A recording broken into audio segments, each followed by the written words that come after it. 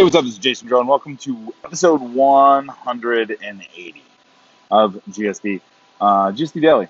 We're going to talk about marketing automation, implementing marketing automation campaigns today. And this one's going to be a fun one because marketing automation, it's kind of a bear to set up. But once it's set up, it saves a lot. It helps a great deal. I mean, you can start moving, you can start tracking leads in Slack through Zapier. You can start doing all kinds of cool stuff. We're going to just kind of start with the basics today. And you're welcome. I mean, just reach out if you have any questions about it.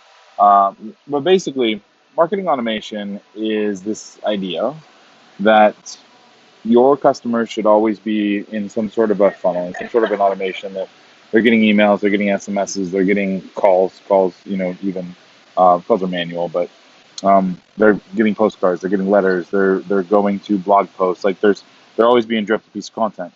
So no matter where they are in the system, they are getting they're moving through some sort of a customer acquisition process with you. And that's really the most important thing.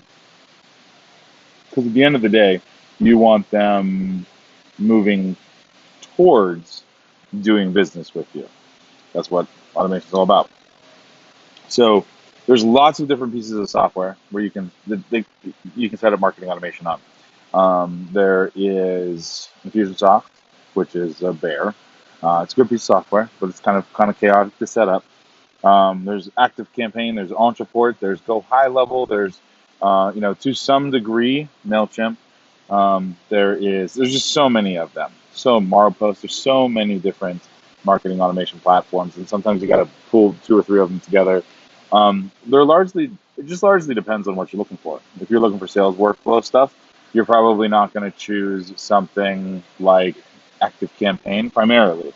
Active Campaign is a significant marketing automation software that has some workflow stuff, but it really just depends to what level you want to use it. So, and that's really where the article comes in. So, basically, what it is and what it isn't. Marketing automation fuels efficiency of your marketing, and it also helps you increase sales. It's good stuff, right? The problem is sometimes it's a bear to set up. So basically, there's lots of different ways, but you want to start with a plan. You want to know exactly what the marketing automation is doing for you and how it's going to cut time. So when we start building sales funnels, so your sales funnel is one thing, like your pages are one thing, but then all of the action steps that happen, the emails that go out, text messages that go out, everything that goes out as a result of somebody going through the sales funnel and kind of moving them, dripping them along that sales funnel, all of that stuff needs to be scripted and planned out from the start. So we know that when we set up a lead magnet, we're going to need to have a lead magnet in an automated webinar funnel. We write usually 15 to 22 emails, depending on what we're promoting on the backside. So that's all pre-written. Like we start with the funnel, but like we need these 5 pages, we need these 17 emails. These 17 emails are going to go to the pages. We need this kind of collateral. So the point is, you can't leave this stuff to chance, because if you leave it to chance, you're going to forget about it. So you're going to get busy. Somebody's going to opt in for your report. You're going to have one email in there, maybe for a webinar or to promote a blog post. And then you're going to say, you know what, I'm too busy to do this right now. I'm just, not going to. I'll come back. And then that never happens. And you come back, 2 months, 3 months, 4 months, 5 months later, and you haven't given your prospects the actual experience that they need, which is 4 emails promoting the webinar and 6 emails, as a webinar after the webinar replay. So that's all stuff that we plan out from the start, and we write the copy and we build the pages and all of that stuff. So we already start with the plan, and the plan is just something that we've executed hundreds of times. Mistake number 2 is not having a sound inbound marketing strategy. So if your business is the type that relies on referrals that are haphazard, or SEO traffic, or is outbound, BDRs, people banging the phone, it's going to be rough to get marketing automation to work because everything is so sporadic. You know what I mean? So if your BDR, like, yeah, that you might be able to enter a person in the email, but or you might be able to enter a person into a marketing automation workflow, but you're calling that person back. So it becomes pretty chaotic. Whereas in sales funnels, we're running Facebook ads, Google ads, Instagram ads into your sales funnel, and everything is inbound. So they're all dripping out the marketing automation as sales, as customers, as sales calls. Um, so another mistake, aggressively selling. You don't need to aggressively sell.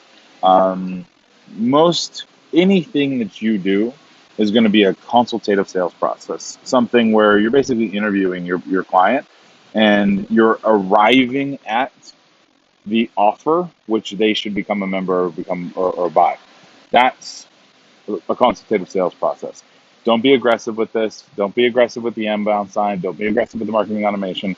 Marketing automation is going to pick up all the pieces and pull those folks back to you. You don't need to be aggressive on the front side. Another mistake, not segmenting your audience. Know who your leads are, where your leads came from, what platform they came from, what ad they came from even. We set it up with UTM variables so we can see all that stuff, and run reports against it. But also, who are your buyers? What did they buy?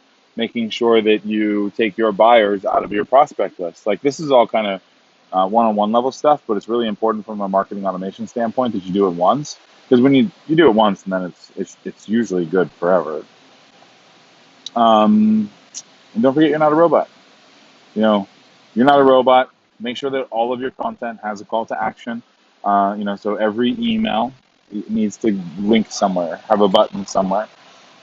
Make sure you run your tests. So you're testing out the automation sequences and seeing how it's all going to flow. Especially on some of the more complicated automations, it gets a little problematic because you're certain things have to happen for other things to happen for other things. You know what I mean? So certain rules and triggers might counteract each other. I've had that happen before. I've been outside mowing the lawn, and I'm like, oh shit! Like I set a trigger up 2 days ago that counteracted another trigger in a marketing automation platform, and then it sent out two emails rather than one. But it wasn't until like I had some processing time to like go through and think about it that I was able to kind of figure it out. So um, and that's it, really. I mean, there's lots and lots and lots of things you can do wrong with marketing automation. This is going to help you avoid some of the most common mistakes.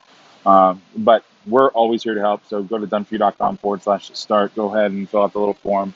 Book a time on my calendar, and I'm happy to help you look at the marketing automation for your sales funnels or traffic or whatever. So let me know, and I'll jump on a call with you. I'll talk to you soon. All right. Thanks.